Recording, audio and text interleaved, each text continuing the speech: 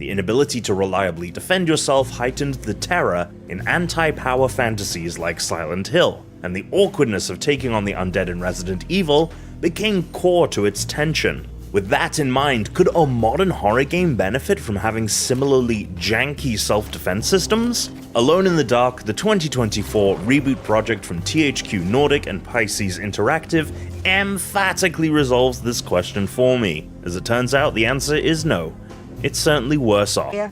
Alone in the Dark centers on the characters and a haunted house all named the same as they were in the original 1992 game, but it mostly ditches that game's original story and old-school adventure game leanings in favor of a third-person, over-the-shoulder horror experience in line with modern counterparts. The game's writing pedigree flaunts Soma and Amnesia: The Dark Descent's Mikhail Hedberg, and the story even plays out like an Amnesia game at times, to its credit.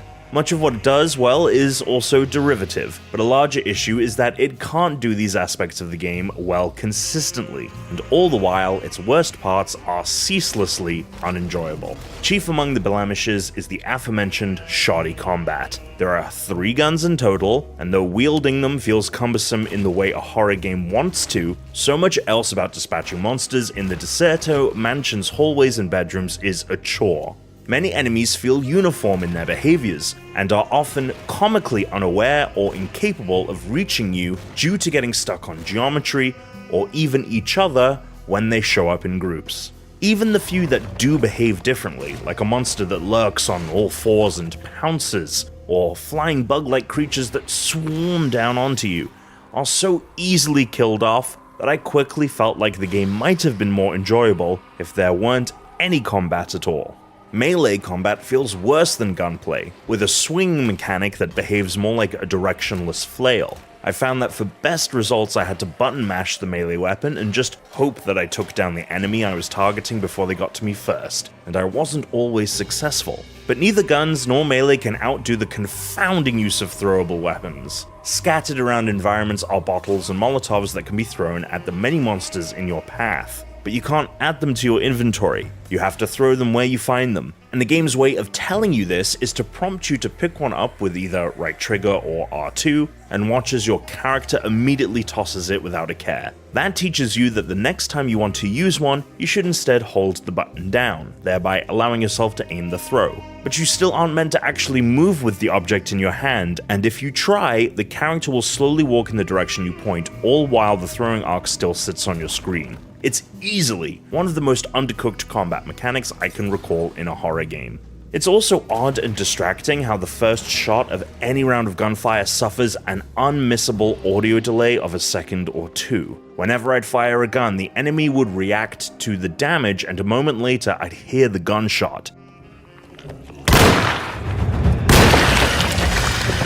It was always the first shot, and never any subsequent shot in a series of them. It didn't break the game, but it was jarring for all 15 hours I played. I should mention that this occurred on Xbox for me, but not for a colleague playing on PC, though they did report other issues such as game crashes.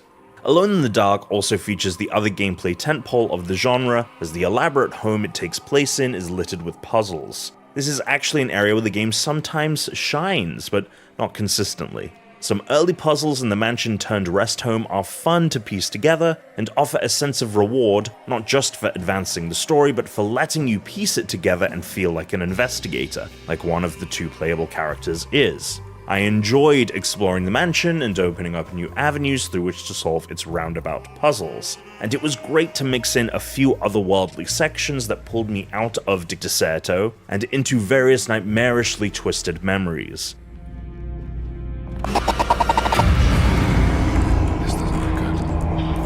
The transitions between the mansion and these other places were mostly done smoothly and caught me by surprise, albeit not without an occasional stutter, and I never found this as distracting as the gunfire audio delay. But other puzzles were obnoxiously obtuse, with solutions that didn't feel like they were available in the game's context clues. Many of these revolve around determining safe codes or piecing broken objects back together. In one example, I had to infer a 3-digit code from a letter I'd found, and the eventual solution didn't feel logically telegraphed. Alone in the Dark is sometimes more of a headache than it needs to be. Thankfully, the Doom Jazz soundtrack is a nice cure for what ails you. I love the game's atmosphere, strongly aided by the great music and good performances by Jodie Comer and David Harbour. Ultimately, however, I never felt like the familiar faces from Hollywood raised the game's quality level to a degree that justifies their inclusion beyond the marketability of star power. This is a very stressful situation for you, I understand. Ugh, no, you don't understand. Take a deep breath. Why don't you sit down, smoke some of the Perique? If you want, I could even drive you back to New Orleans. I just want to have a talk with Dr. Gray first. They aren't bad in their roles by any means, but I didn't feel like they brought an element to the game that couldn't have been granted by other talented folks, making their involvement feel like simple stunt casting. You can choose either character, Comer's Emily Hartwood or Harbour's Detective Carnby, and play the full campaign as either. For large swaths of the story, these campaigns are the same, but they each involve gameplay and story moments unique to them, like puzzle sections and some hauntings unique to each of their backstories, along with a true ending for players who finish both versions. These alternate pathways feel like a fun added wrinkle to the full story, but the allure of playing the game a second time is dampened by its issues. I liked the game's story for the most part, but I did witness a jarring sequence near the end where it so plainly and brazenly pulls a plot detail from another major horror game that I found it hard to imagine how it got through editing. You can't just repeat another game's twist, can you? Alone in the Dark suggests you can. I found that to be such a perplexing choice, given how much else Hedberg had done well in the horror world and even does well here. Whenever the combat bored me or the puzzles left me totally stumped, I persevered, in part because I wanted to see how the story shook out. Led by the game's mysterious Darkman, an entity resembling a pharaoh, Alone in the Dark mixes in the same kind of ancient history element that the Amnesia series has done so well. It initially feels so out of place that it actually serves the game better in the end. You think you're getting a period piece, haunted house story, and suddenly the game is making nods to much greater supernatural oddities and blending reality and fiction in ways that make it hard to trust anything you're seeing. It makes the world of Alone in the Dark feel more uncertain, and thus, less safe.